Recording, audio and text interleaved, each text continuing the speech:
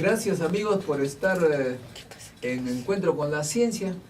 Vamos a tener una reunión importante sobre radioterapia. El tema es en el Perú una solución a casos, pues, en principio, casos de cáncer casi. Es necesario hacer un diagnóstico temprano para tener mayores probabilidades de curación. Y cómo se cura, cómo se diagnostica todo este asunto, vamos a tratarlo con cierto detalle en estos 3/4 de hora. Y vamos a pedir a la doctora Sandra Guzmán, doctora en física médica. Como repetimos en este programa, entrevistamos a gente que sabe, que ha investigado y que tiene los grados que así lo ameritan. La doctora Sandra Guzmán es física médica graduada en la Universidad de Sao Paulo, en Brasil, y también vamos a estar con el doctor Mayer Zaharia, que es médico cirujano, doctor en medicina, profesor emérito de la Universidad Cayetano Heredia, y también vamos a estar con el doctor Alberto Lachos, disculpe, el joven doctor Alberto Lachos, que es también experto en radioterapia. En primer lugar vamos a conversar con el doctor Mayer Zaharia, quien fue el que inició este campo de la física médica hace ya un buen tiempo. Nos gustaría conocer, doctor, cómo empezó esta disciplina en el Perú, cuál fue su experiencia. La disciplina de la física médica data desde el año 1963. Al volver yo al Perú, después de haber trabajado haciendo el grado de especialista en Inglaterra y en Canadá, las autoridades del British Columbia Cancer Agency mandaron a su físico jefe, el doctor Harold Bato, que estuvo unos meses en Lima verificando la parte más importante, que es la dosimetría de los equipos de radioterapia.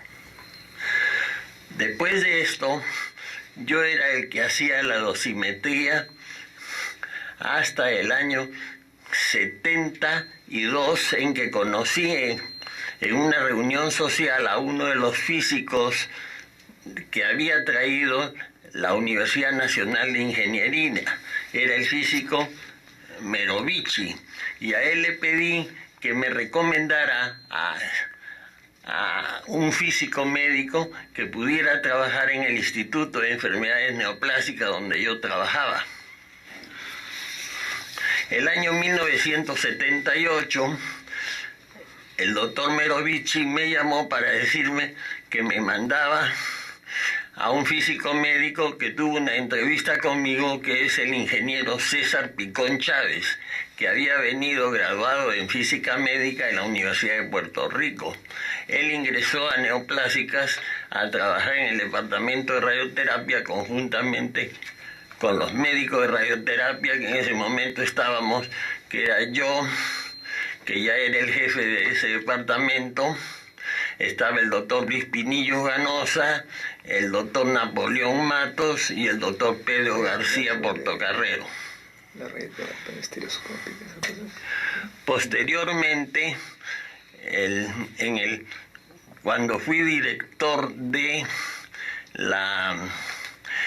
miembro del directorio del Instituto Peruano de Energía Nuclear, solicité en el directorio que el Perú debería de tener un reglamento de protección radiológica. Este reglamento de protección radiológica, que fue el primero que redactamos, fue hecho el año de 1980, cuando ejercí la función de presidente del Comité Integrado IPEN Salud para este objetivo. Llegó de Viena, enviaron un experto que nos ayudó a hacer este reglamento, que fue el primer reglamento que tuvo nuestro país. Por la misma época, en una reunión organizada en Caracas por la Organización Panamericana de la Salud, lo que hice fue solicitar que debería haber un manual de dosimetría para América Latina, y se nos encomendó al físico John Massey de Manchester y a mí la confección de este manual y después pasarlo al idioma castellano. Posteriormente llegaron físicos como Raúl González y José Rivera, que actualmente se desempeña como profesor de física en la Universidad Católica. Y trabajaron con el ingeniero Picón y la doctora Sandra Guzmán, que fue a Brasil a hacer un doctorado en física médica y que también colabora con nosotros en este momento. Muy bien, es una historia bastante resumida, porque hay mucho más que usted nos ha contado en otras oportunidades, pero la radio tiene el problema del tiempo.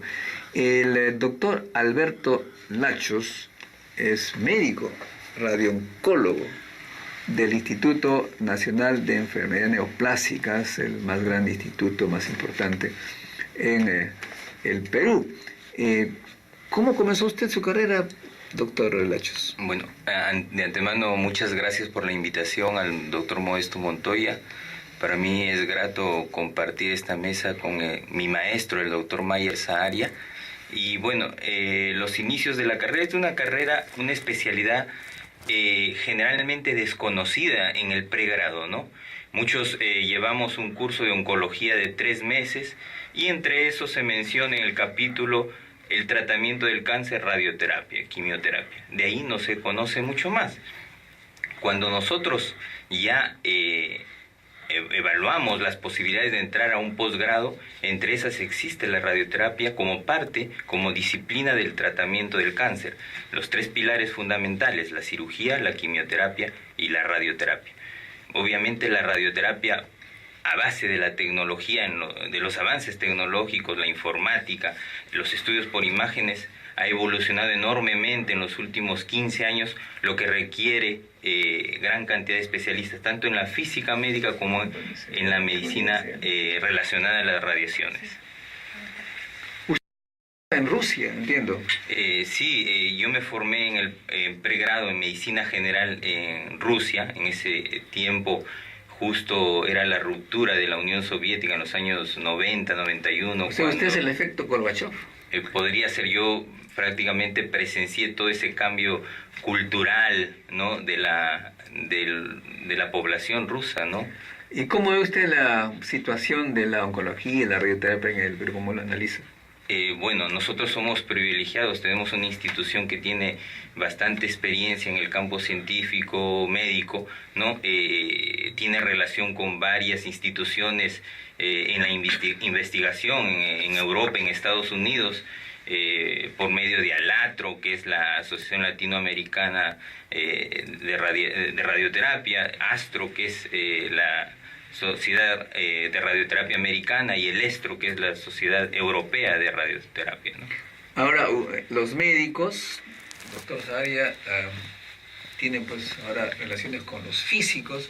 Me acuerdo que en el año 90 y algo me enviaron a hacer estudios por el Organismo Internacional de Energía Atómica, soy físico nuclear, a Canadá y a Inglaterra para ver qué podíamos hacer con el reactor nuclear.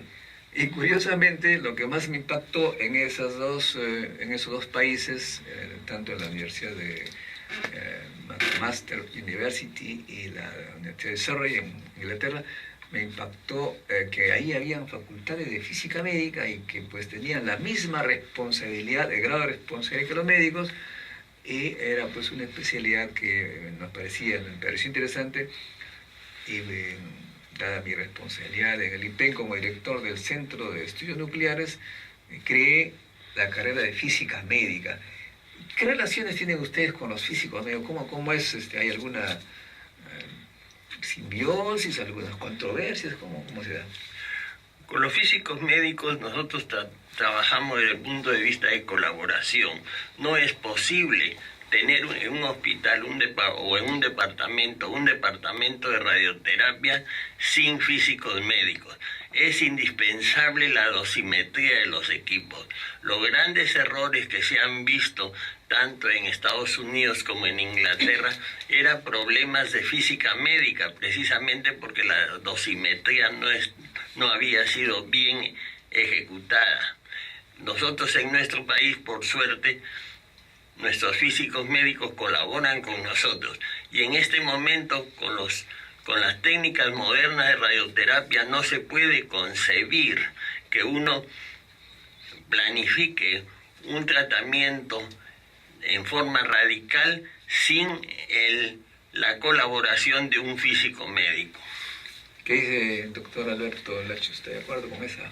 Totalmente de acuerdo. Obviamente, bueno, la medicina pues tiene diferentes especialidades que tienen relación con diferentes disciplinas. La biología, la física son cursos o materias básicas de la formación en el médico. Obviamente las radiaciones, se requiere de un físico nuclear que tenga profundos conocimientos en el manejo de las radiaciones y sus efectos en los seres humanos, ¿no? Sobre todo en los tratamientos.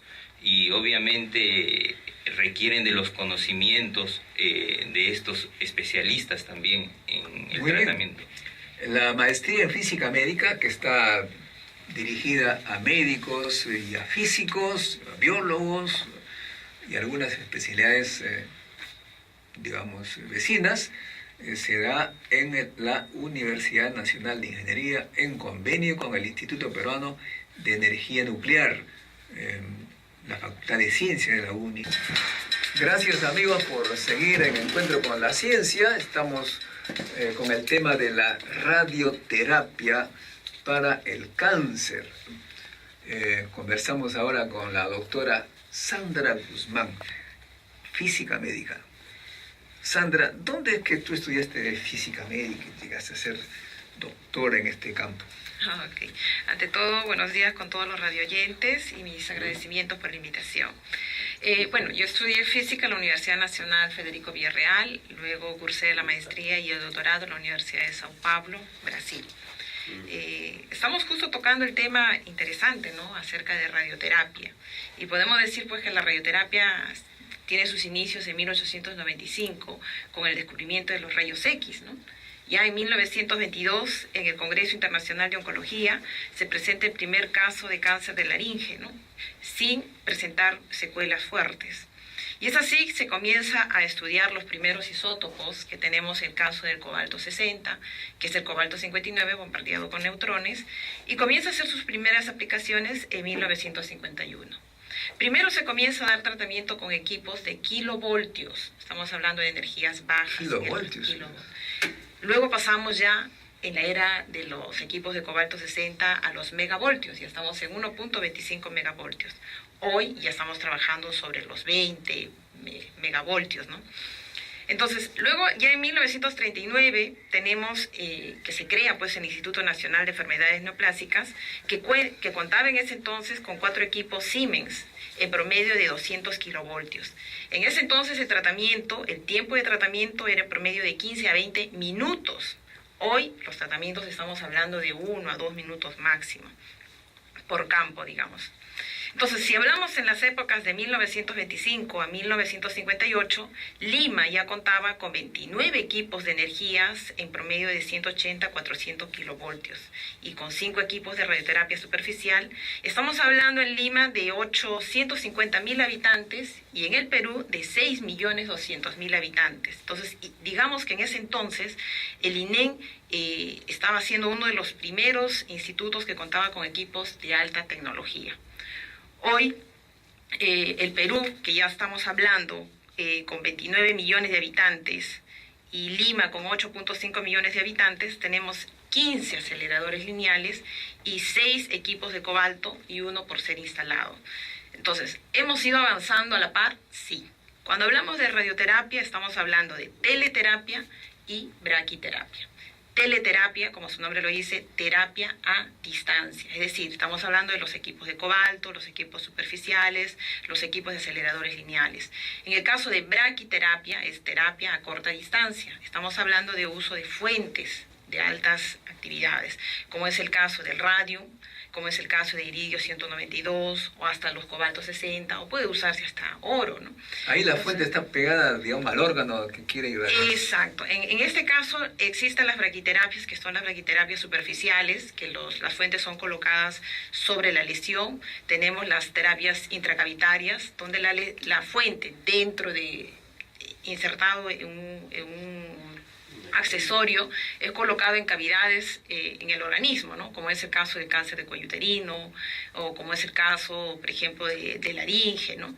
O tenemos también las intersticiales, que son como el caso de cáncer de próstata, ¿no? Que son colocados con agujas. Ya en el Perú estamos trabajando mucho estos casos. Entonces, hemos ido, digamos, a la par. Como habla el doctor Saharia, hablamos de radioterapia, estamos hablando a la vez de dosimetría, estamos hablando de control de calidad. ¿Quién hace esa labor? Es el físico médico. Como menciona el doctor Saharia, ha habido muchos accidentes, por ello tenemos que tener mucho cuidado. Porque inicialmente se trabajaba con sistemas de planificaciones manuales. Era muy trabajoso hacer los cálculos por paciente. Luego pasamos al sistema de planificación en 2 dimensiones. Hoy ya estamos trabajando y hablamos de sistemas de planificaciones en 4 dimensiones o radioterapia en 4 dimensiones. Inicialmente se trabajaba con campos abiertos, luego pasamos a campos conformados, que fuese con cerrobé en plomo o con multiláminas. Hoy ya estamos trabajando con intensidad modulada. Entonces, aquí en el Perú ya hacemos, por ejemplo, radiocirugía, que es un tipo de radioterapia para tumores pequeños, en este caso cerebrales, o puede ser también extracraneales, pero en Perú estamos trabajando mucho en casos cerebrales. En el año 86 me encontraba en el Instituto de Física Nuclear de Orsay, Francia, cerca de París, y allí un acelerador que había sido dedicado a la física se le reconvirtió para hacer terapia con protones y del ojo incluso. Y me acuerdo claramente que mis colegas que se habían cambiado de profesión, de especialidad, pasaron a ser físicos médicos aplicando esto. Colocaban un casco con un montón de agujas, ponían al pobre paciente, primero claro, esto antes en un simulacro de cabeza, de cráneo, lo colocaban mirando hacia un lugar con agujas que no podían mover el ojo, era prácticamente una tortura, y lanzaban sus rayos de protones. Me daba pena ver a esos pacientes, obviamente. Estamos hablando del 86 y ya en esa época era una técnica conocida. ¿Cómo se llaman esas técnicas que a veces en el Perú los tratan de hacer pasar por cosas novedosas? Bueno, en realidad se ha avanzado bastante, ¿no? En el caso, por ejemplo, las primeras aplicaciones fueron las aplicaciones de rayos X, luego pasamos a aplicaciones de fotones. En el caso de fotones, el fotón como partícula va a ir perdiendo en el trayecto sus energías y se va a depositar en el volumen blanco. La gran ventaja, por ejemplo, en el caso de los protones, que tenemos el uso de las curvas de Bragg. Claro, que depositan su energía a una determinada distancia. Exactamente. Entonces, en el trayecto, digamos, el depósito de energía es mínimo y se hacen los cálculos para que el depósito mayor de energía sea en el volumen blanco. ¿A qué se llama la radiografía o la radioterapia estereoscópica? Que también la veía en esa época. Claro, estereoscópica, y tenemos también la radioterapia. ¿Cuál es la definición? ¿Qué es lo que significa? Porque los oyentes un poco que se ven mareados con la palabra rara. ¿Qué significa estereoscópico? Estereoscópico. Es que nosotros se va a ingresar a la región donde se quiere irradiar, como el caso de radiocirugía, ¿no? Se va a definir el volumen usando sistemas de planificaciones, campos pequeños, o tenemos la radioterapia interoperatoria, digamos así. Es lo que yo observaba entonces en el año 86, era eso. Claro. Hoy, lógico, al paciente ya no es tan invasivo como en ese entonces. Entonces, la radioterapia ha ido mejorando. Las técnicas de tratamiento han ido mejorando. Los controles de calidad y dosimetría han ido mejorando. Ahora bien, también en esa época escuchaba ya, en el 86, de la terapia con neutrones. Y yo conversaba con mis colegas de la Universidad de París y me señalaban que en realidad el problema de la terapia con neutrones no es un problema de físicos, porque irradiar ya los físicos saben cómo hacerlo en momento donde hay que hacerlo, en el área que se quiera, pero que en realidad el problema era bioquímico, que es decir, el órgano que había que irradiar había que doparlo de boro, y no encontraban todavía bien el fármaco con boro que se situara con precisión en el órgano. Y digamos que también hace poco había ese problema. Digamos que la terapia con neutrones pues, es un problema interdisciplinario que supongo que los físicos saben perfectamente, creo yo, cómo irradiar con neutrones, pero el tema pues es bioquímico, ¿o me equivoco? Claro, en realidad pues todos los estudios tienen que ir a la par con la parte de radiobiología. O sea, nosotros podemos hacer los cálculos en un papel, en un computador y hacer todo perfecto, pero es diferente cuando ya lo aplicamos in vitro, ¿no? En el paciente, en las células. Entonces tenemos que hacer todo un cálculo de estudios radiobiológicos, cuál es el efecto de este tipo de partículas, que pueden ser neutrones, protones, rayos X, fotones, a nivel de las células. Las Pero sobre desactiva, todo el tema tiempo. que me señalaban es cómo lograr dopar con precisión el órgano. No se lograba hasta esa época, no sé si se habrá avanzado en eso, pero la idea era de que el problema físico no era tan grave, sino cómo lograr dopar bien el órgano. No sé si ustedes conocen el caso. Bueno, la tecnología de tratamiento o sea, nosotros en el tratamiento con radioterapia hay un arsenal de radioisótopos, ¿no? Nosotros lo que más utilizamos es la tecnología de los fotones, Cierto. porque es una tecnología relativamente barata, no mucho más barata, relativamente barata a comparación con la tecnología del uso de protones. Bueno, yo también de neutrones, obviamente, se necesitan grandes ciclotrones. Yo tuve también la oportunidad de ir a este centro de Orsay, donde están los grandes físicos, premios Nobel. Y yo trabajé... Ahí estudié mi carrera de física. Ajá, yo viví en Francia, me capacité en el Instituto Gustave Roussy, que es un centro oncológico también de prestigio a nivel europeo. Y en una de mis rotaciones estuve en el centro de Orsay, donde el tratamiento eran con protones. Tiene un ciclotrón del tamaño de un edificio. Ya la tecnología en protones, la tecnología en protones también ha evolucionado. Obviamente ahora hay equipos mucho más pequeños, pero es una tecnología demasiado cara. Este ciclotrón creo que está valorizado en $500 millones y han dirigido aparte, como es un ciclotrón para investigación, también se va a la medicina, a la radioterapia. Hay una cantidad de pacientes que tratan.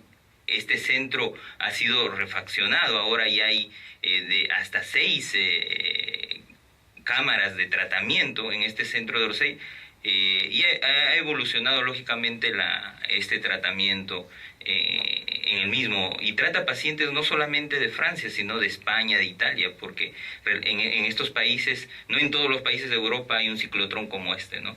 Y lógicamente se da prioridad a niños, por la misma este mismo razonamiento que tiene, como dice la doctora Sandra Guzmán, el pico de Bragg, ¿no? Claro. Que deposita toda su energía en el tumor sin dañar los tejidos alrededor. Y ese es un problema en radioterapia. El término estereotáxico quiere decir ubicar en una zona del cuerpo que nosotros no la vemos a simple vista, sino por medio de imágenes, ¿no? Referencias de dónde se encuentra en el organismo este punto. Es un punto digamos, el tumor, una serie de puntos, ubicarlo con referencias externas por medio de imágenes, ¿no? Porque nosotros no lo vemos a simple vista, ¿no? También pues hay microscopios estereoscópicos que permiten ver lugares pequeñísimos para estudiar las bacterias y los microbios. Todo eso está ligado entonces con un volumen de pequeñas dimensiones. Amigos, regresamos con el tema interesante de la radioterapia en el Perú. Entrevistamos en Encuentro con la Ciencia a los expertos que saben y que han investigado el tema.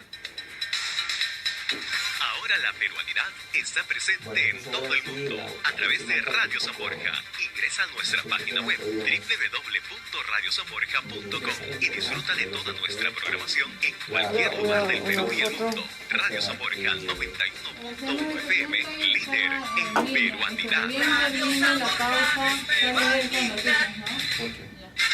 De lunes a viernes, Radio San Borja presenta 2x2, un programa de orientación ciudadana, temas educativos y de servicios, con la conducción de Percy Aquino y Yorka Poema P. No te olvides, 2x2, desde las 11 de la mañana por Radio San Borja 91.1 FM, líder en peruanidad. De lunes a viernes, de 9 a 10 de la noche, Nuevos Líderes para un Nuevo Mundo, un programa de la Universidad Peruana de las Américas, con temas educativos, empresariales y de actualidad, con la conducción de Julio García y la participación del doctor Luis Hurtado Valencia, rector de las Américas, con el auspicio de Instituto CIMAS, el mejor instituto del Perú, Colegios María de los Ángeles y Mi Pequeño Universo.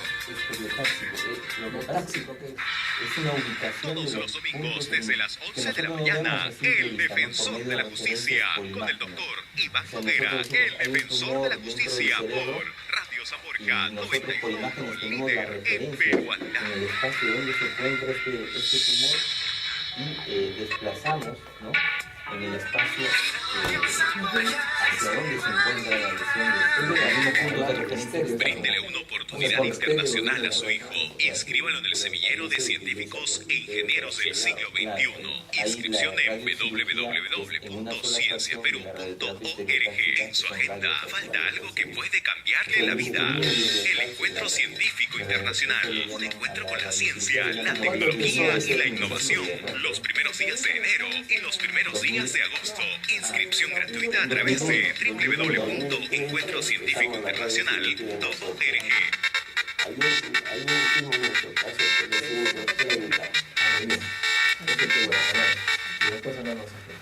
Ciencia hace noticia. La radiografía, la radioterapia. El camino de la investigación automatizada. Primero fueron las calculadoras con las que fue posible hacer operaciones mucho más deprisa que usando la mente, el lápiz y el papel. Luego las supercomputadoras han asumido cada vez más información y simulación en todas las áreas de la ciencia y la tecnología. El siguiente paso es hacer que las máquinas sepan interpretar los datos en bruto de experimentos y hallar pautas que las lleven a extraer conclusiones, hacer hallazgos, emitir teorías y hasta generar ecuaciones que definan a los mecanismos analizados. E incluso se habla ya de dotar a los ordenadores del hardware necesario, del tipo conocido como laboratorio en un chip, para que efectúen por su cuenta experimentos y comprobaciones reales. Un equipo interdisciplinario de científicos ha dado un paso decisivo en este fascinante camino al demostrar que un computador puede analizar datos en bruto de experimentos sobre un sistema biológico y elaborar correctamente las ecuaciones matemáticas básicas que describen cómo funciona ese sistema. El cerebro del sistema, bautizado como el Explorador Automatizado de Biología, AVE por sus siglas en inglés, se basa en un programa informático único llamado Eureka, que fue desarrollado en la Universidad de Cornell y presentado en 2009. Uno de los primeros logros de Eureka fue identificar las leyes básicas del movimiento, analizando el movimiento de un péndulo doble. Lo que a Sir Isaac Newton le llevó años en descubrir, Eureka lo hizo en un par de horas, ejecutándose en un computador personal. La agresión humana también tiene su historia. Los seres humanos que vivían hace 126.000 años ya llegaban a las manos en sus discusiones. Esto parece revelar una investigación que ha encontrado una lesión en el cráneo de un ser humano de Asia Oriental de finales del Pleistoceno Medio, conocido como Mada. Los expertos apuntan a que la marca de 14 milímetros la provocó una fuerte agresión intencionada. El cráneo estriado estaba hundido debido a la potencia del impacto. En opinión de los expertos, un golpe tan fuerte causaría pérdida de conciencia, conmoción cerebral, dolor de cabeza y náuseas, pérdida de memoria asociada con una conmoción cerebral.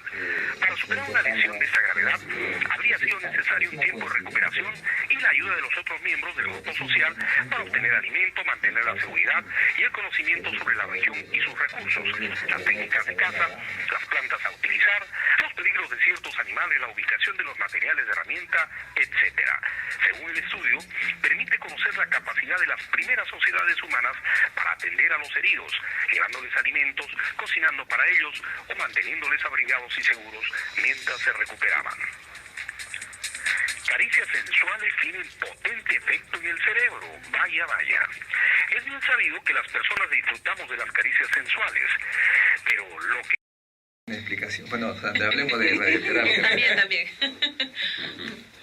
¿Qué cosa? ¿Cuándo empezó en el Perú la radiocirugía, la radioterapia estereotáxica? Estereotáxica, exacto. La radiocirugía en el Perú se dio sus inicios en 2003 en la clínica radiooncología. Hoy, justo ayer hicimos el caso número 330. Y tenemos una buena probabilidad de recuperación de los pacientes, sobre todo los casos de malformaciones arteriovenosas, ¿no? Entonces hemos ido avanzando. Hoy ya otros centros también ya brindan ese tipo de servicios. ¿Y ustedes tienen que pagar patentes para utilizar ese tipo de técnicas? Bueno, en realidad es una técnica que ya se ha ido desarrollando a nivel mundial. Lo que hemos hecho nosotros es adaptarlo a nuestro servicio, ¿no? Ahora bien, ¿hay alguna preocupación de la gente? ¿Cuáles son las consecuencias de la radioterapia en los pacientes, doctor? ¿Qué es lo que más preocupa a los pacientes que se irradian? ¿Cuáles son sus efectos negativos, aparte, por supuesto, de las cosas, liquidar un montón de células buenas? ¿De qué se quejan más los pacientes irradiados? Los pacientes irradiados, el criterio del tratamiento con radioterapia tiene como objetivo primariamente el desaparecer los síntomas del paciente cuando es administrada con criterio paliativo, o de curar al paciente cuando es administrada con criterio curativo. Sin embargo, es posible que existan secuelas como la falta de crecimiento de los huesos, que puede suceder cuando se irradian niños. Muchas veces hay secuelas de tipo circulatorio precisamente por el efecto sobre los vasos.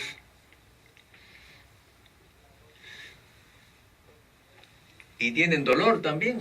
Dolor cuando, si es que se administra una dosis muy elevada y se llega a la necrosis, entonces ahí sí hay dolor. Pero generalmente la radioterapia se utiliza para calmar el dolor de las metástasis óseas provocadas por los distintos tipos de tumores. En general podemos decir que en el 65% de los pacientes con tumores malignos, en algún momento de su evolución necesitan radioterapia. Muy bien. ¿El doctor Lachos? Como dije al inicio, la radioterapia es uno de los pilares fundamentales del tratamiento del cáncer. Digamos que a pesar de todos los avances en la ciencia, técnicas quirúrgicas, agentes de quimioterapia, los nuevos medicamentos biológicos que actúan ya a nivel molecular, a pesar de todo esto, no se ha encontrado todavía, digamos, un tratamiento que garantice a 100% el control del cáncer. Siempre hablamos de porcentajes de curaciones. Bueno, la radioterapia es un arma de tratamiento relativamente barata con respecto a los nuevos agentes que tenemos, ¿no? Y muy eficaz. Nosotros que vemos en la práctica diaria tumores que son irresecables, por ejemplo el cáncer del cuello uterino, que es el cáncer más común que tenemos en nuestro medio en el Perú, alcanzamos tasas de curación solo con radioterapia en estadios 2B, 3B altas. Por ejemplo, nosotros acabamos de hacer una investigación en cáncer de cuello uterino estadio clínico 2B, tratado solo con radioterapia y braquiterapia, sin quimioterapia, en donde hemos alcanzado una tasa de sobrevida a 5 años de 80% y a 10 años de 70%. Es una tasa alta de curabilidad solo con radioterapia, ¿no? Sandra. Sí, solo justo para responder la pregunta de uno de los oyentes que habla acerca de los efectos y las mutaciones. Cuando nosotros hablamos del efecto de las radiaciones en los seres humanos a nivel celular, se va a pasar por diferentes etapas. Vamos a tener primero la etapa física, que estamos hablando de 10 a la menos 16 segundos, digamos es casi nada en tiempo. Lo que se va a provocar primero son las ionizaciones. Es decir, nosotros estamos compuestos una tercera cuarta parte de agua, es decir, vamos a tener elementos como hidrógeno, oxígeno, etcétera, donde cada uno de estos son átomos, núcleos, electrones, y al tener los fotones, digamos, efectos a estos átomos, lo que van a hacer es arrancar electrones. Al arrancar los electrones vamos a tener los iones. Se va a provocar la ionización, es la primera etapa. Luego tenemos la etapa físico-química, donde se van a provocar en un tiempo de 10 a la menos 12, se van a provocar los agentes, que son los peróxidos, los hidróxidos, que van a provocar, digamos, las mutaciones, van a provocar la desencadenización a niveles de ADN. Y luego ya vamos a tener la etapa biológica, que es lo que menciona el doctor Saharia, ¿no? Que son los efectos, enrojecimiento, náuseas, etc. Entonces, cada una de estas etapas son estudiadas, pero lo que sí, para dar radiaciones se hacen los cálculos de tal manera que podamos, digamos, el mayor porcentaje de la dosis, el ideal es 100%, al tumor y el mínimo de dosis a los órganos secundarios, a los órganos vecinos, digamos así. Entonces vamos a tener a la vez dos tipos de efectos, los efectos determinísticos, que no depende de la probabilidad. Nos irradiamos, pasamos del límite, vamos a tener un efecto. Y vamos a tener los efectos estocásticos, digamos así, los probabilísticos. Nos irradiamos, nos tomaron una tomografía, 10 tomografías, nos tomaron con radiografía o recibimos radioterapia. Puede ser probabilidad que más adelante tengamos una mutación, pero todo está dentro de un porcentaje, por ejemplo, para casos de rediagnóstico, estamos hablando de 0.0005% de probabilidad. Pero por eso es que cuando hablamos de radiaciones estamos hablando de cosas de precisión y exactitud, es decir, en cálculos, de tal manera que la radiación se centre en el volumen tumoral. Con todos esos cuidados, entonces vamos a tener un tratamiento de éxito, ¿no? Muchas gracias, doctora Sandra Guzmán, doctor Alberto Lacha, doctor Mayer Saharia. A propósito, doctor, usted califica para integrar nuestra Academia Nuclear del Perú, que está conformada por científicos con el grado de maestría y doctorado que ha hecho aplicaciones de la radiación para la vida. Así que si usted muchísimas gracias. La vamos a incorporar dentro de 2 semanas. Muy bien, muchas si usted gracias. se deja. Bueno, amigos, repetimos para despedirnos. Este martes estamos en la Universidad José Carlos Mariátegui de Moquegua a las 9 y el miércoles 30 a las 6 de la tarde en el Museo Inca de Cusco para promover el Ministerio de Ciencia y Tecnología y la relación de la empresa con la universidad. Hasta la próxima semana en otro encuentro con la ciencia. Muy bien, muchas gracias. Gracias a ustedes.